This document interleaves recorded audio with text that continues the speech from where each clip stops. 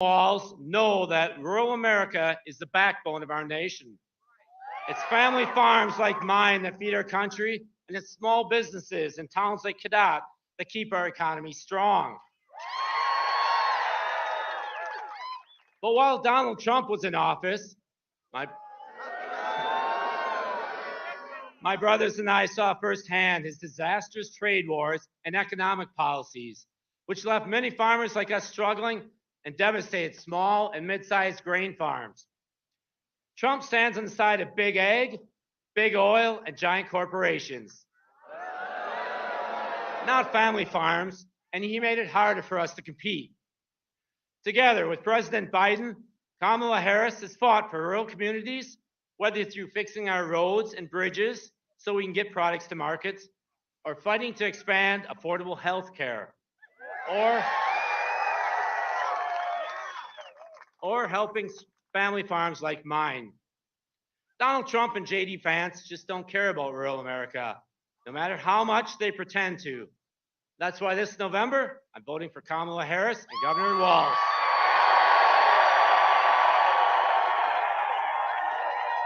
And now it's my honor to introduce our future Vice President, Governor Tim Walz.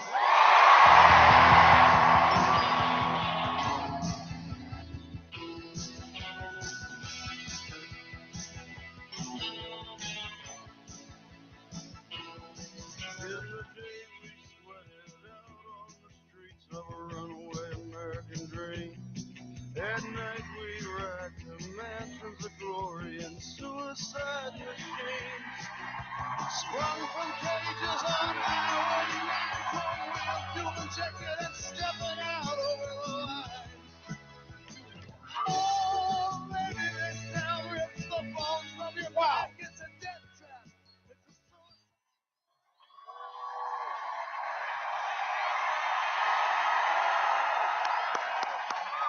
Wow. Wow. Hello, Eau Claire. Isn't it good to have a candidate who can pronounce the name correctly? Wow. Les, thank you. Thank you for the introduction. More importantly, thank you for articulating what we know it means to live out here in the Midwest. Care for your neighbors. Kindness. I want to acknowledge a few people today. Somebody who I have to tell you might be the kindest human being I have ever met. Your governor, Tony Evers.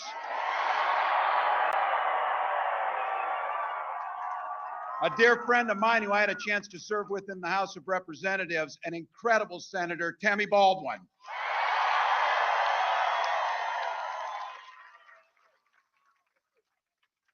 The people's lawyer, your Attorney General, Josh Kaul. And someone who knows education's the foundation of everything, State Superintendent Jill Underly.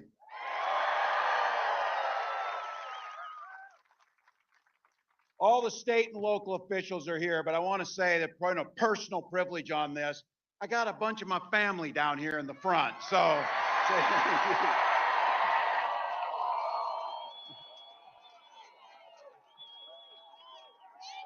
A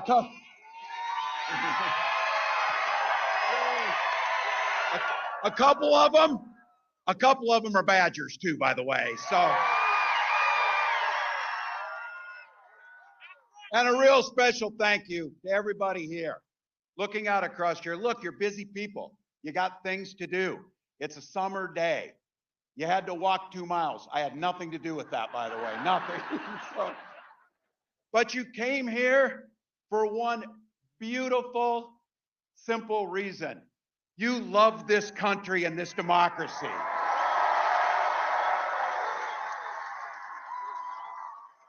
I couldn't be prouder to be on this ticket to help make Kamala Harris the next president of the United States.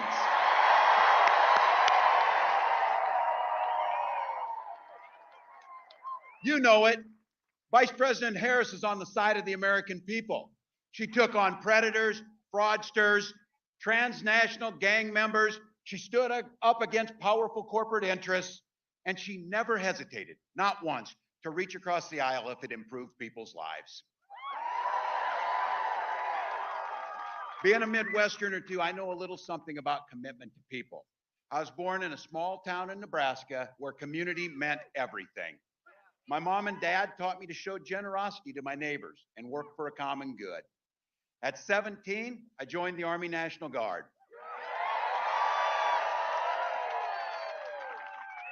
For 24 years, I proudly wore the uniform of this nation.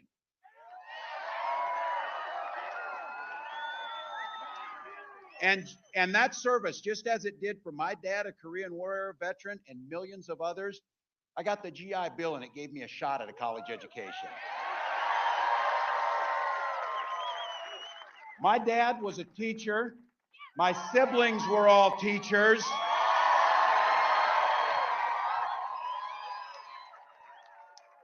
And 3 of them married teachers. It's noble work. I had the privilege of teaching public school, social studies, and coaching football for 20 years. And for all you Packer and Badgers fans, yeah, we did win a state championship. So it's what we do. But it was my students who encouraged me to run for office. I never thought that much about it, but they saw in me what I was hoping to instill in them.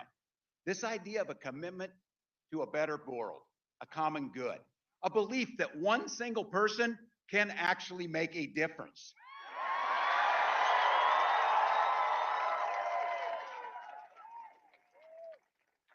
I lived in a red district, but my neighbors were kind enough and graced me with the opportunity to go to the United States House of Representatives for 12 years to represent them.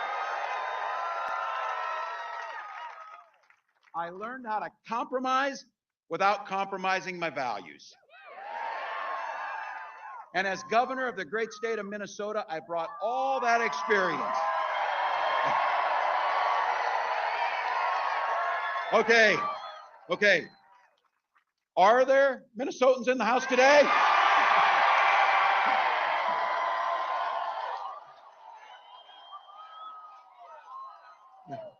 Bringing that experience to tackling the challenges that we're facing our state. We don't shy away from challenges, but I'll tell you what, Donald Trump, he sees the world differently than we see it. He has no understanding of service because he's too busy servicing himself. Again and again and again. Again and again and again. This guy weakens our country to strengthen his own hands. He mocks our laws. He sows chaos and division amongst the people. And that's to say nothing of the job he did as president. He froze in the face of COVID and it cost people's lives. He drove the economy into the ground. And make no mistake about it, violent crime was up when Donald Trump was president. Those of you who are a little older know this. Older Republicans used to talk about freedom. These guys today, it turns out that freedom to them means government should be free to invade your exam room with your doctor. Now look, we're pretty neighborly with Wisconsin. We get our friendly battles, but in Minnesota, just like in Wisconsin, we respect our neighbors and the personal choices they make. Even if we wouldn't make the same choices for ourselves, because we know there's a golden rule. Mind your own damn business. Mind your own damn business. I don't need you telling me about our health care. I don't need you telling us who we love. And I sure the hell don't need you telling us what books we're going to read.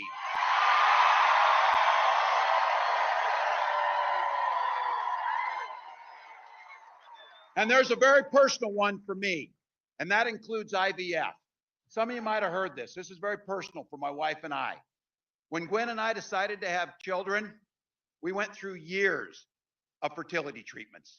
And I remember each night praying that the call was going to come and it was going to be good news. The phone would ring, tenseness in my stomach, and then the agony when you heard the treatments hadn't worked. So it wasn't by chance that when we welcomed our first child, our beautiful daughter, we named her Hope.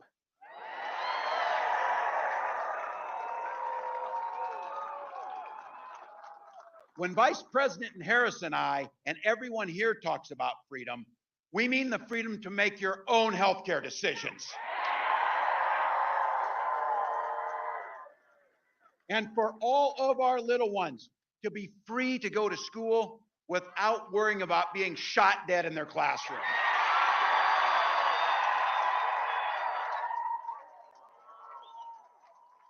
And just like Wisconsin, over in Minnesota, we believe in the Second Amendment, but we also believe in common sense gun violence laws.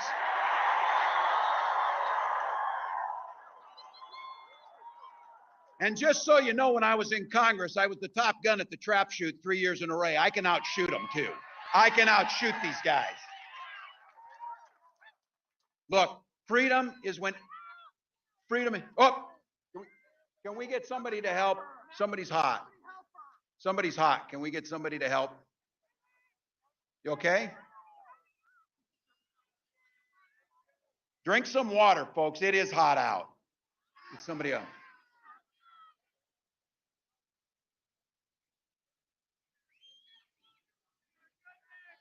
Thank you. You get water? They're so weird. They're so weird. You okay? Yeah.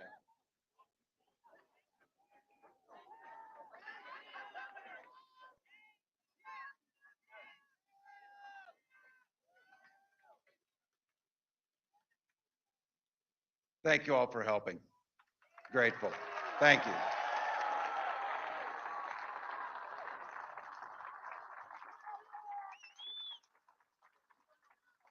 Thank you all. Take care of one another on this. This is why we gather. Look, it's hot. It is hot. I'll come again. They've got folks here. We'll make sure we're okay. But I have to tell you all again, in all seriousness, to come and gather like this, to talk about our freedoms, the ability to talk about what could be good. And I have to say, this idea of caring for our neighbor and kindness and a hand up when somebody needs it, or just the sense of that people go through things and to be able to be there when they need it, that's who we are. It's not about mocking. It's not name callings. And you see it amongst them.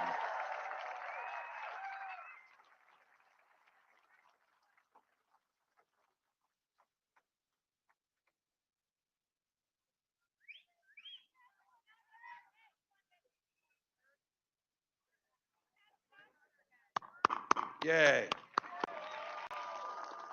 Thank you all.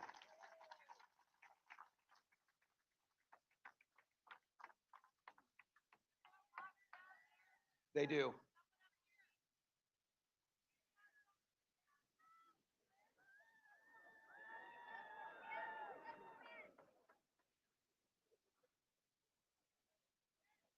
Thank you all. We're okay. We have someone down. They're treating him. They're getting him some water, and it's good. He's gonna get up. You guys need some water too? We'll ask them. Teddy, can you see if they have some more water? That'd be great. Take care of your neighbors.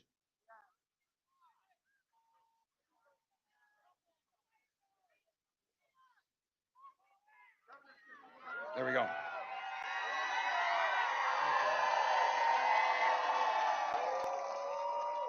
There we go.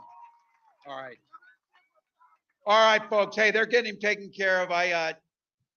We'll stay. I don't want to be too lighthearted. I thought about doing the Minnesota Rouser, but I thought that might be too much over here on you.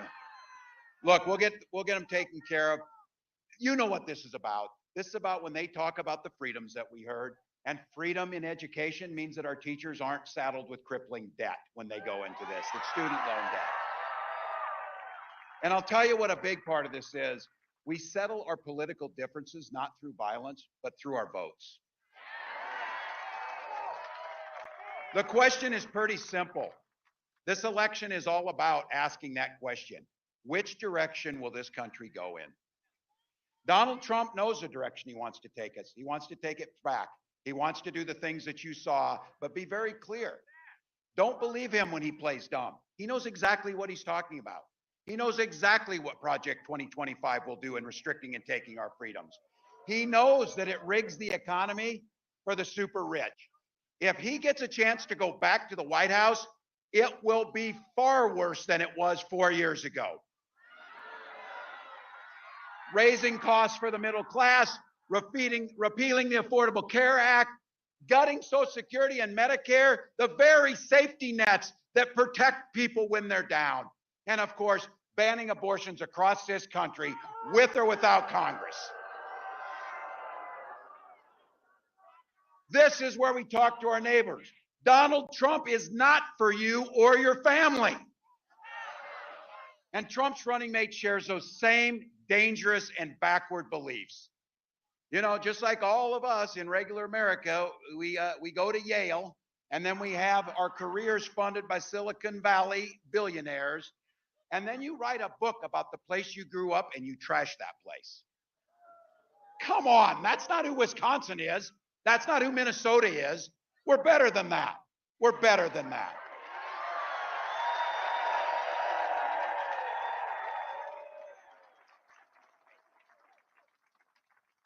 One of the best parts of this job is going to be, I can't wait till the debate. So,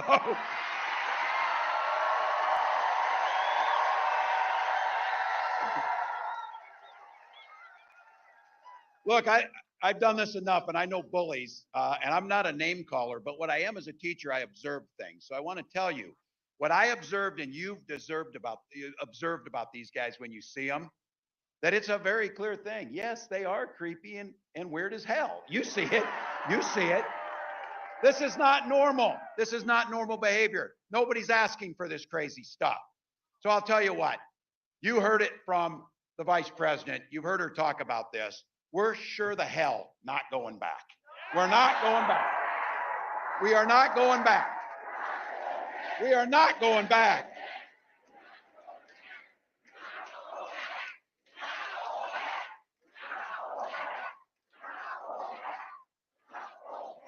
We damn sure aren't, but it's even more than that. This is a campaign about where we're going, and that's a future where everyone matters and everyone's included. Kamala Harris, she believes in the freedom to make your own choices. She believes in opportunity for every single person to join the middle class. And she believes in the promise of America.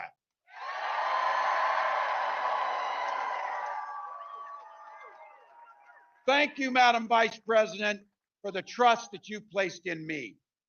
Wisconsin, please help me in giving a warm Midwest welcome to the next President of the United States, Kamala Harris.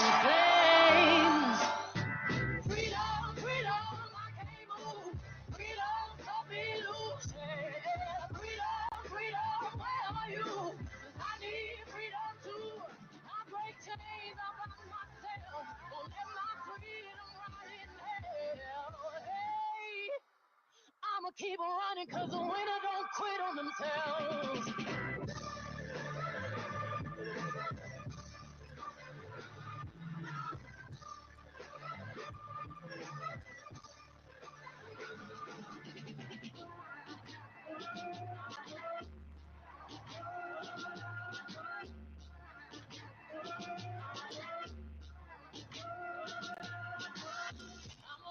I'ma wade through the waters till the tide don't move.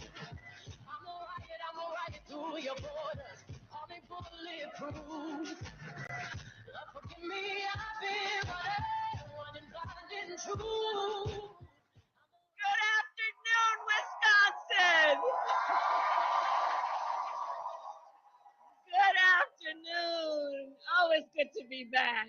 Good afternoon, everybody. Can we hear it for Tim Walz?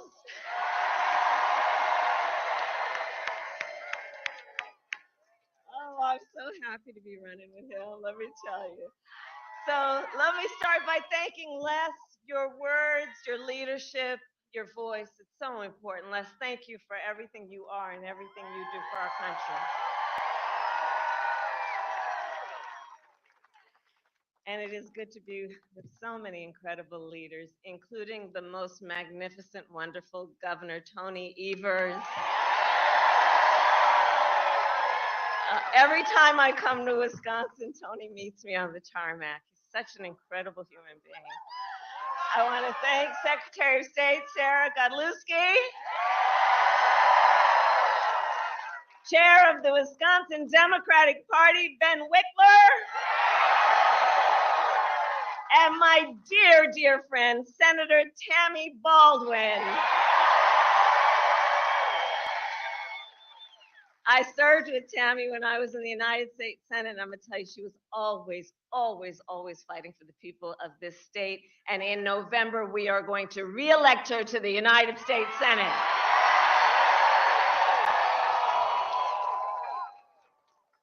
And please give it up one more time for Wisconsin's own Bon Iver.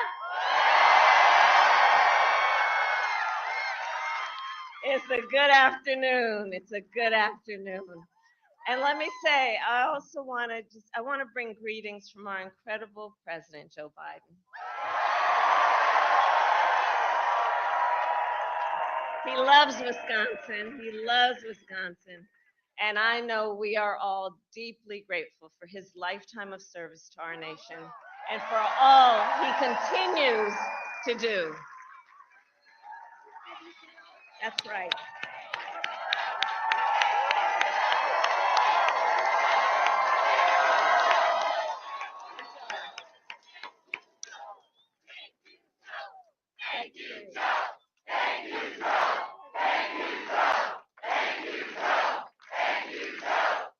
There we go.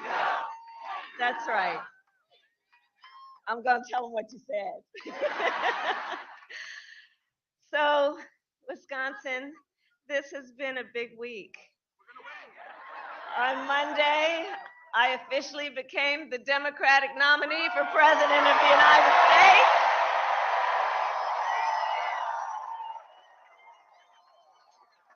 And yesterday, I announced my running mate in this campaign, Governor Tim Walz.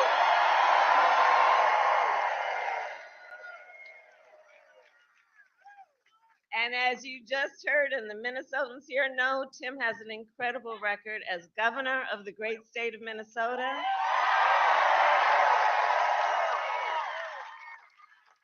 And to those who know him best, Tim is more than a governor. To his wife, Gwen, he is a husband. To his kids, Hope and Gus, he is dad. To his fellow veterans, he is Sergeant Major Walz.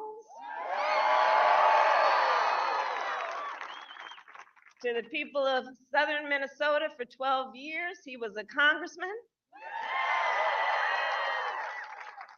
To his former high school students, he was Mr. Walz.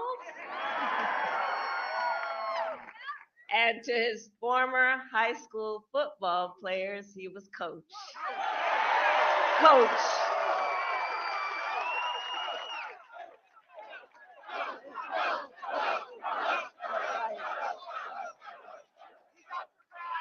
And in 90 days, the nation will know Coach Walz by a new title, Vice President of the United States of America.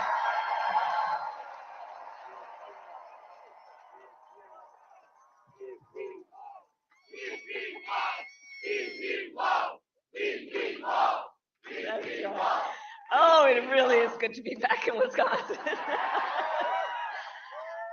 So listen, let me tell you, I am clear. The path to the White House runs right through this state. And with your help, we will win in November. We are going to win. We are going to win.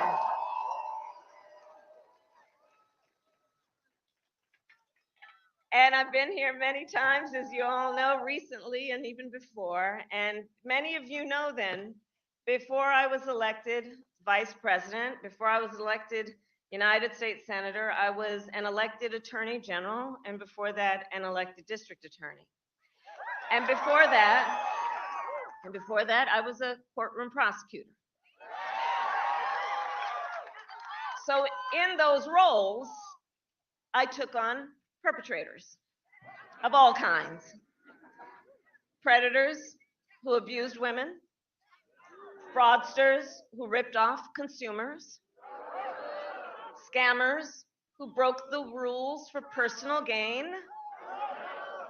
So hear me when I say, I know Donald Trump's type. I know his type. In fact, I've been dealing with people like him my whole career. For example, as Attorney General of California, well, hold on, you know what? The courts are going to handle that part of it. What we're going to do is beat them in November.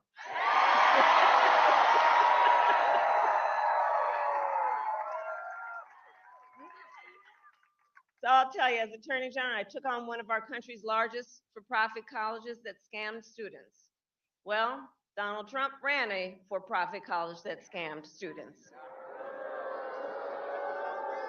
As a prosecutor, I specialized in cases of sexual abuse.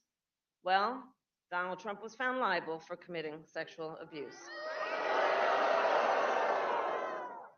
As Attorney General, I held the big Wall Street banks accountable for fraud. Well, Donald Trump was just found guilty of fraud. 34 counts. So in this campaign, I'll tell you, I will proudly put my record against his any day of the week.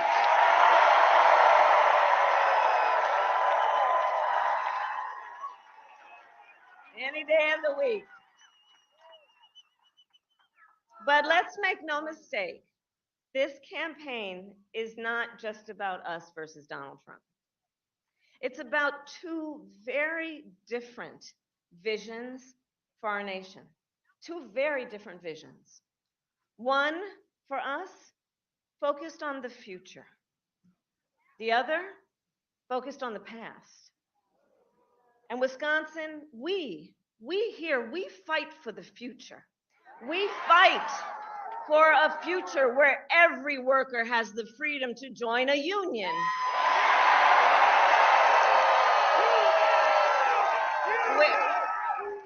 Union strong. Union strong. Union strong. Union strong. Union strong. We fight for a future where every senior can retire with dignity. A future where we build a broad-based economy and one where every American has the opportunity to own a home, to start a business, to build wealth.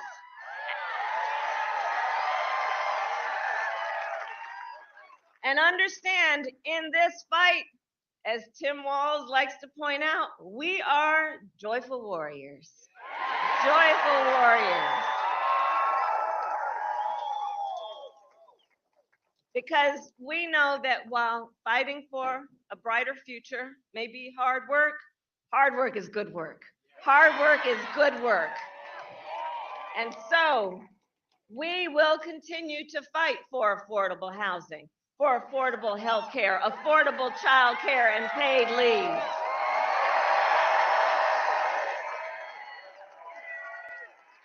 We believe in a future where we lower the cost of living for America's families so that they have a chance not just to get by, but to get ahead.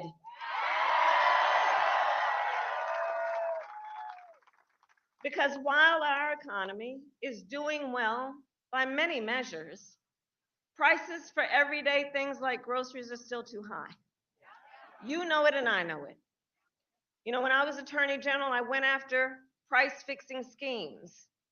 And when I am president, it will be a day one priority to fight to bring down prices. I will take on big corporations that engage in illegal price gouging. I will take on corporate landlords that unfairly raise rents on working families. I will take on big pharma and cap the cost of prescription drugs for all Americans. And continue to bring manufacturing jobs back to America and back to communities like Eau Claire. So all this is to say, strengthening our economy and building up the middle class will be a defining goal of my presidency. Because you see, Coach Walz and I know when America's middle class is strong, America is strong.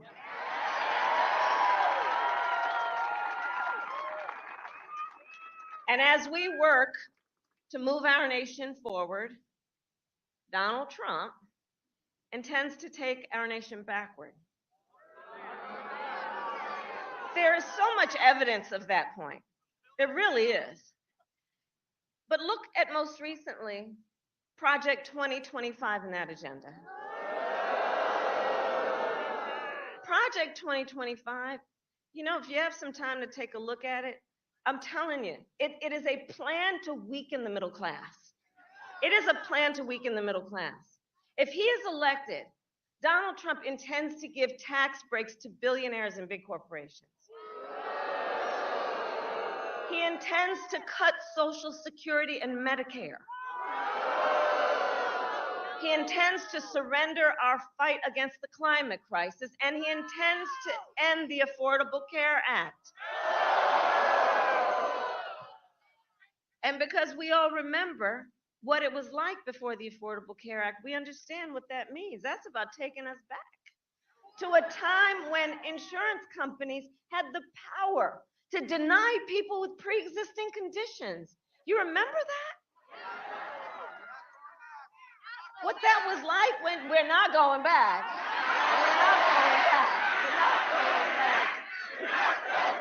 We are not going back. We are not going back.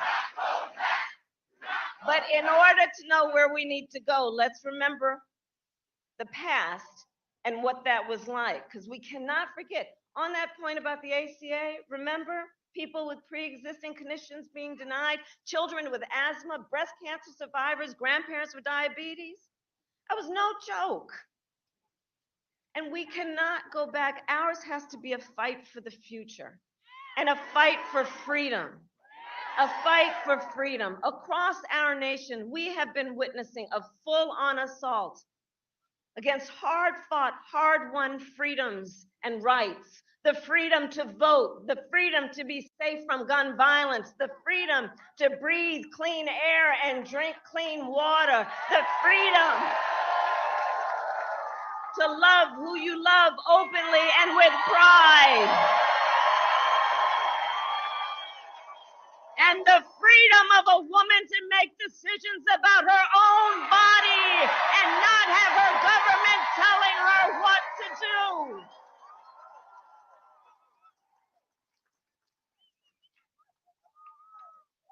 And let's remember the traditions of our great country. Generations of Americans before us led in the fight for freedom. And now then, as they would expect, the baton is in our hands. The baton is in our hands, each and every one of us. So we then, who believe in the sacred freedom to vote, will finally pass the John Lewis Voting Rights Act and the Freedom to Vote Act. We, who believe in the freedom to live safe from gun violence, will finally pass universal background checks, red flag laws, and an assault weapons ban. We, who believe in reproductive freedom, will fight for a woman's right to choose. And we remember that when he was president, Donald Trump handpicked 3 members of the United States Supreme Court, the court of Thurgood and RBG, because he intended for them to overturn Roe v. Wade. And as he intended, they did. And now more than 20 states in our country have a Trump abortion ban, many with no exceptions even for rape and incest. And if he wins, we all know he will sign a national abortion ban to outlaw abortion in every state, even in Wisconsin. But we are not going to let that happen because we trust women. And when I am President of the United States and when Congress passes a bill to restore the protections of Roe v. Wade, I will sign it into law.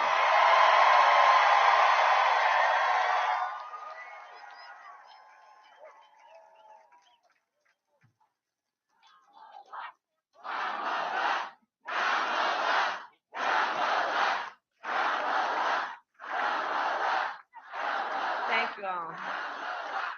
So listen, everyone took time out of your busy lives and days and all your obligations to come out here and to be together as one community.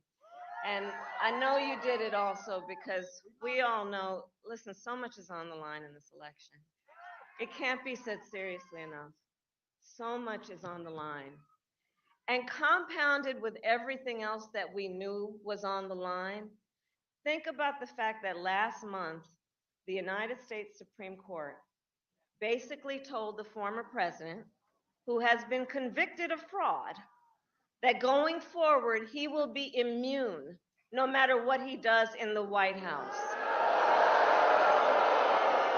Think about what that means and the changed circumstances since 16/6/20 when you think about what that court decision means. Donald Trump has openly vowed if reelected, he will be a dictator on day one. That he would weaponize the Department of Justice against his political enemies. That he would round up peaceful protesters and throw them out of our country. And even, quote, terminate the United States Constitution. So let us be clear. Let us be clear. Someone who suggests we should terminate the Constitution of the United States should never again have a chance to stand behind the seal of the President of the United States.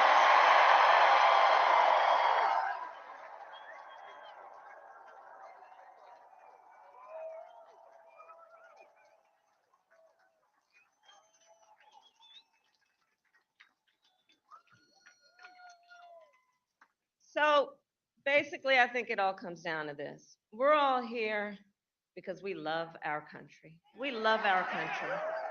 We love our country. And I do believe it is the highest form of patriotism to fight for the ideals of our country. And that's how we preserve the promise of America.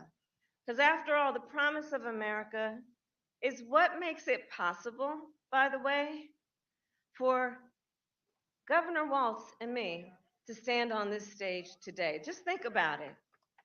Two middle-class kids, one a daughter of Oakland, California, who was raised by a working mother and had a summer job at McDonald's.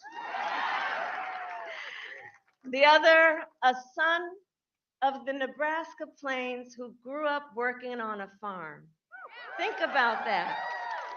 Only in America is it possible for them together to make it all the way together to the White House. Only in America. Only in America.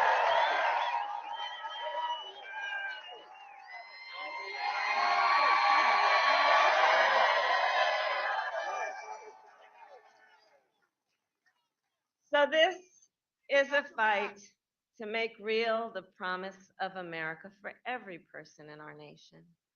And also, I'll tell you, and I promise you, our campaign is going to reach out to everyone, from red states, from blue states, from the heartland to the coast. We are running a campaign on behalf of all Americans. And when elected, we will govern on behalf of all Americans.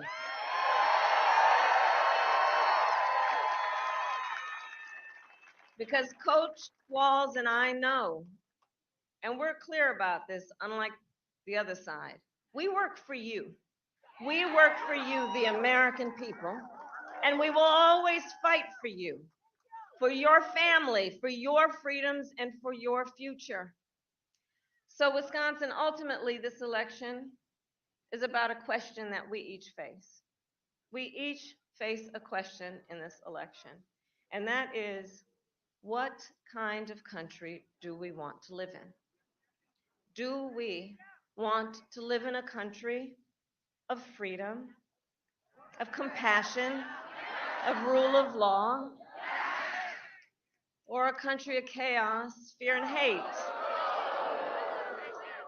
And the beauty of our democracy is we each have the power individually and collectively. We each have the power in a democracy to answer that question. The power is with the people.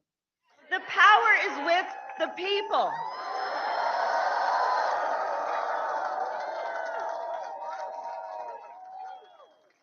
So in the next 90 days, we need you to use your power. We need you to knock on doors. We need you to register folks to vote. We need you to energize and organize and mobilize and make your voices heard.